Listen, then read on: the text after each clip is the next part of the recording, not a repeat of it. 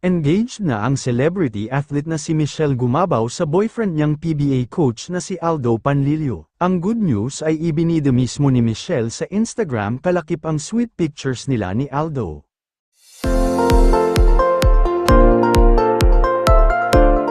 Kitang-kita rin sa mga litrato ang malaking diamond ring na suot-suot ng volleyball player at beauty queen.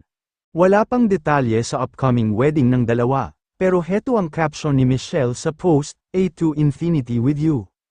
Nag-post din ng nice print photography ng ilang photos at ibinunyag na naganap ang engagement sa Japan. She said yes, "Congratulations Aldo Panlilio and Michelle Gumabaw," pagbati nila. Sabi pa, wedding proposal and engagement shoot in Tokyo, Japan. Sa comment section, maraming kapwa beauty queens at volleyball players ang nagpaabot ng congratulatory messages sa dalawa.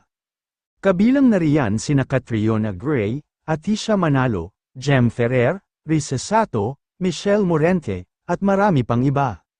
Si Michelle ay star player ng DLSU Lady Spikers ng De La Salle University.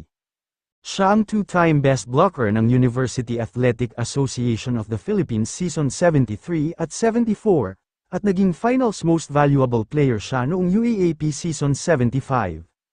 Noong 2014 naman, naging celebrity housemate siya ng reality TV show na Pinoy Big Brother All In, kung saan nakasama niya sina Jane Oineza, Alex Gonzaga at Daniel Matsunaga.